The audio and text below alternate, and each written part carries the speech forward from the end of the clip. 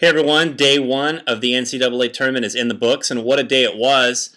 Exciting games, buzzer beaters, awesome finishes, a lot of close games. Definitely a day befitting of the best event in American sports.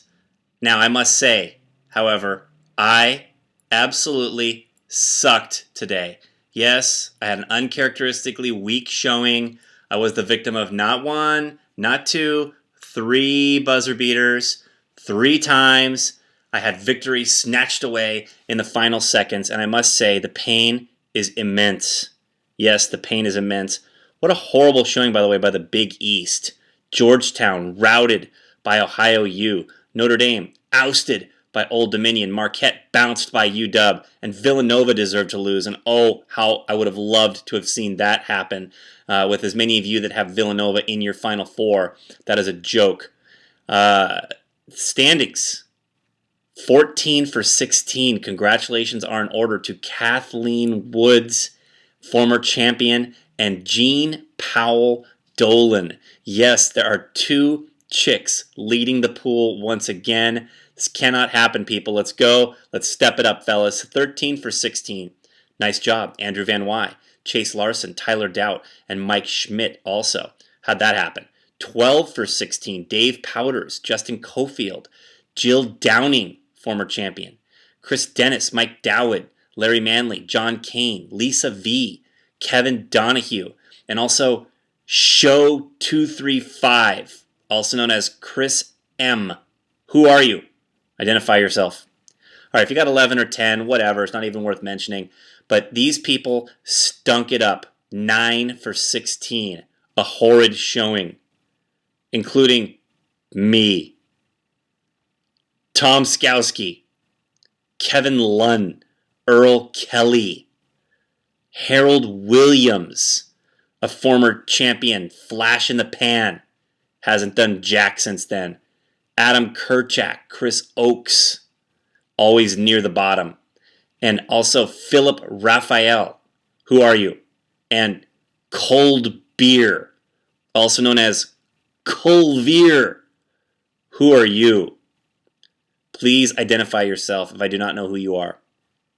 We have 50. Oh, that's not it. That's only 9 for 16. I forgot. I almost forgot the 8 for 16 losers that include Chris Valentino, the man who was so far in the cellar last year, distant last, and also Brian Winans, 8 for 16.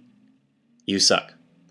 All right, there are 58 people in the pool this year, which means 56 paid entries. Of course, my entry is free for my services. Also, I entered Lisa for free as well. If you object, feel free to have your own pool next year. No problem. There are 4 people who are not on the website because they are losers that did not know how to get their stuff in time. Kevin Donahue, Robert Gonzalez, and Chris Oakes. They all called me in the morning trying to get in late, and I denied them. I said no, even though they're all donators. But then Chris Heigl contacted me, the defending champion, and said that he was not able to get his bracket in time, and we can't have the defending champion not be able to represent. So I had to let Heigl in, which means I had to let the other 3 losers in. So we have 4 more donations to the pool, which is positive. Peter Schneider also managed to enter the group but not make any picks. Nice job, Peter. So, being that we have 56 people in, we have the following projected payouts. We're going to give $140 to the second round leader. So at the end of Sunday, whoever's ahead, $140. Nice job. Then we're going to keep the traditional Elite 8 that we've had in the past. And I'm feeling like we're going to have a lot more people in future years. So I want to have some decent payouts for 8th and 7th and 6th and kind of progress it up and spread the love a little bit. And then as we have more and more players in future years, we're going to have higher payouts for the top spots. So this year, $40 for 8th place, $80 for 7th place, $120 for 6th place, $160 for 5th place, $200 for 4th place, $300 for 3rd place, $480 for 2nd place, and $720 to the champion. All right? This does assume that I'll be able to collect all the entries. By the way, if there are any unpaid entries, Number one, I will smear them on YouTube as deadbeat asses. And number two, we'll have to take their money from first and second place somehow. Okay? So we'll decide that a little bit later. All right? So, who picked whom?